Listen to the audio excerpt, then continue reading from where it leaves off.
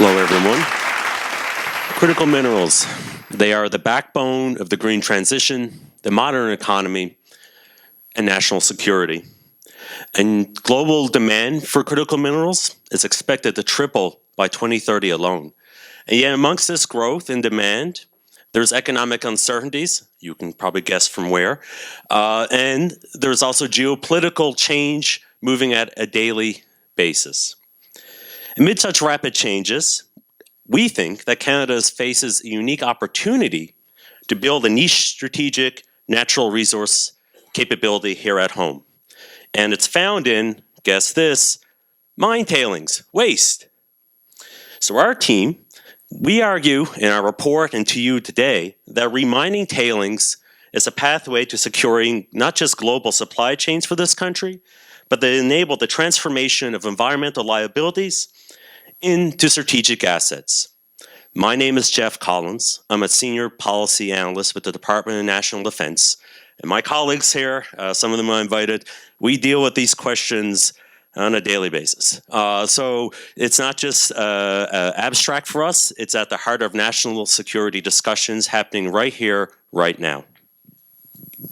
Hello, bonjour. My name is Alex Cool-Fergus, and I work for Climate Action Network Canada. And I see on a daily basis that the energy transition is happening at full speed. It cannot be turned off, unlike some folks down south want to claim.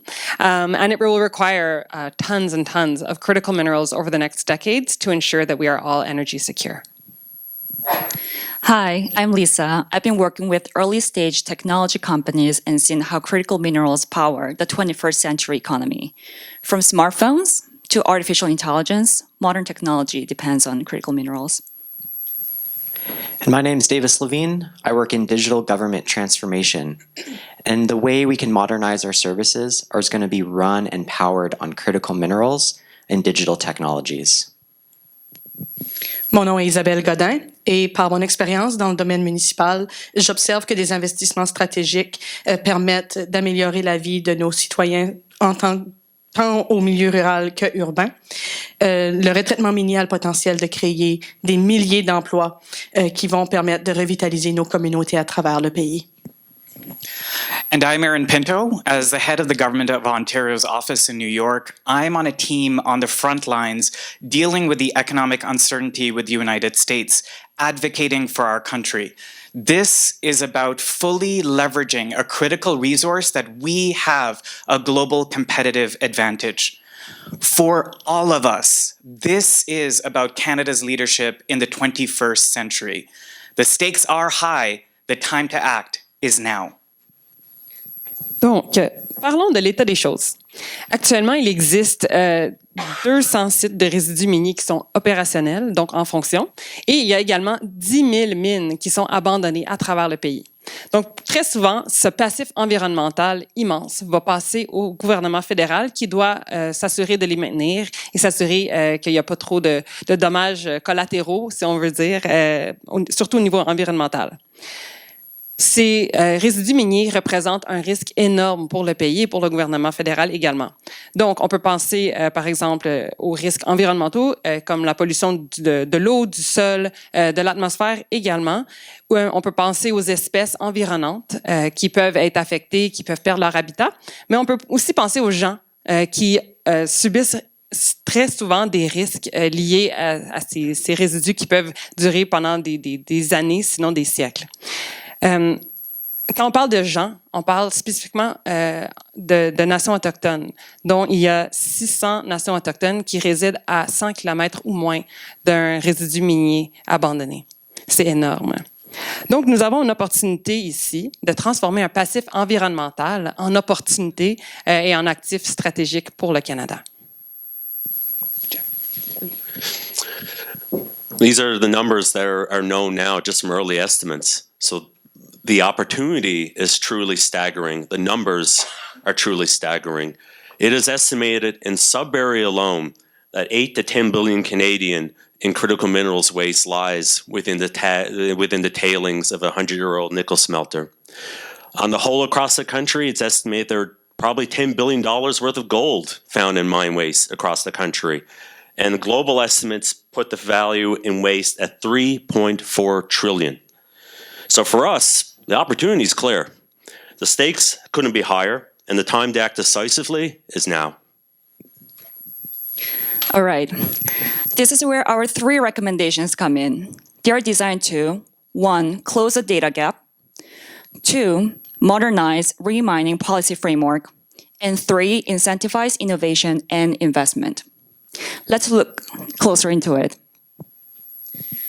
No data, no decisions. Without having a comprehensive and accurate understanding and data of mine tailings, how can we make informed decisions about them? Like, what are the mineral compositions and concentrations of each mine tailing site? Who owns them? Who's responsible for their management? Answering these questions is the first and the most critical step. Nothing else matters because unless this is solved, we are making decisions as if we are blindfolded. The good news? We are not starting from scratch. Australia is leading the way. Its Australian Remining Potential Project has successfully mapped over 1,000 tailing sites, including their minerals characterization, which is essential for remining initiatives to ensure profitability, sustainability, and regulatory compliance. Canada can and should learn from this. Natural Resources Canada has done a great work at mapping the location of orphaned and abandoned mine sites nationwide. The inventory is incomplete, and although it does include information about the commodity that was mined initially from the site, it does not include detailed mineralogical and geochemical information about the mine tailings. Within NRCan is CanMet Mining, and that they have begun initial work in mineral characterization.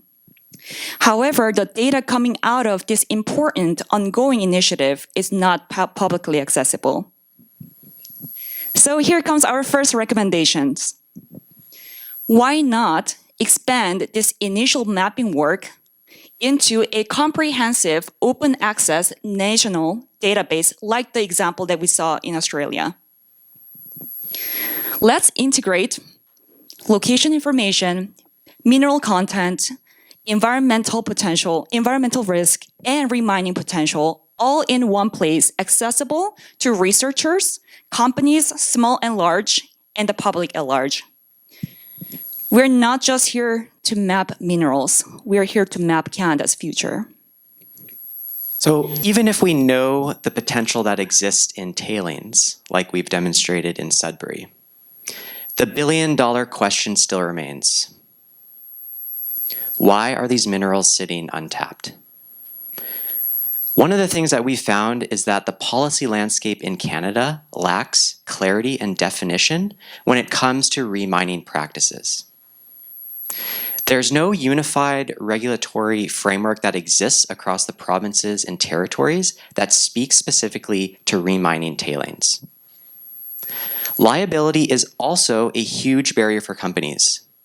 They are hesitant to work with orphan and abandoned mine sites because they risk taking on historical environmental liabilities. And without this clear framework, permitting, licensing is not going to be streamlined and straightforward for companies that want to engage in this opportunity. So to overcome these challenges, we propose that a purpose-built policy framework specific for remining operations needs to be implemented across the provinces and territories. A framework that clarifies liability for companies without jeopardizing environmental standards. This framework needs to streamline permitting for companies, making it easier to get operations off the ground. And it also needs to promote innovation by allowing companies to test new and novel remining technologies with minimal regulatory burden. Now, this should all be guided by a national roadmap to ensure that there is consistency across the country and supports a long-term vision. Now, this policy framework is not just about removing barriers or creating more certainty for companies. It's about positioning Canada as a strategic leader in sustainable resource development. Le Canada passe à côté de milliards de dollars en investissements privés. Pourquoi, vous vous demandez? Parce que les financements ne sont pas adaptés aux projets de retraitement minier. Les coûts initiaux pour ce tel projet sont très élevés et on considère qu'ils sont aussi à haut risque. Enfin, les développeurs ont aussi de la difficulté à mettre en marché leur technologie dû à un manque d'investissement et de partenariats disponibles. Le reste du monde sont déjà en train de bouger sur ces questions. Le Canada ne peut pas rester en arrière. Il est temps d'agir. C'est pourquoi on doit rendre le retraitement un investissement attirant qui va encourager l'innovation et le développement de nos collectivités. Donc, tout d'abord, on encourage la diminution du risque par la création de crédits, de garanties de prêts ou de subventions qui visent spécifiquement les projets de retraitement minier. Donc, réduire les coûts initiaux et les risques associés avec ces projets pour encourager plus de gens à se lancer dans ces initiatives. On veut aussi encourager l'innovation grâce à des fonds publics-privés qui visent directement les technologies de retraitement. Donc, fermer la boucle pour nos innovateurs qui créent ces technologies mais ne peuvent pas les mettre en marché et donc devenir plus compétitifs en tant que développeurs mais aussi en tant que pays. Finalement, créer de vrais partenariats. Donc, des collaborations stratégiques et solides entre le secteur privé, le secteur public, les développeurs et surtout nos Premières Nations vont permettre à ces nouveaux projets de répondre à une demande croissante dans le pays, d'avoir des ressources qu'on obtient domestiquement et ne plus avoir à se fier à l'importation pour ces ressources essentielles. Cette recommandation ne cible pas seulement l'innovation, mais bien évidemment une croissance inclusive de toutes nos communautés.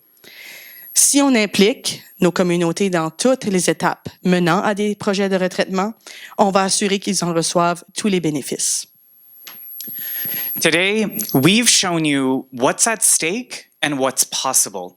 The global demand for critical and strategic minerals is soaring, and every resource must be explored. Canada has the chance to lead the world in sustainable mineral recovery, while also advancing the public good and the public interest, cleaning up our own backyard.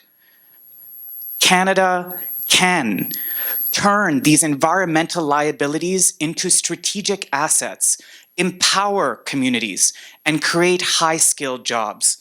But opportunity does not wait. China, the US, the EU, they're moving fast. And if we don't act, we risk being left behind as the world scrounges for the minerals, the resources that are powering AI, clean energy, and national defense.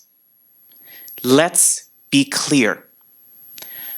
Billions of dollars of resources are waiting to be recovered from mine waste. With decisive action, Canada can lead the world in remining and build a more sustainable economy. The time to act is now. Let's turn garbage into gold. Thank you.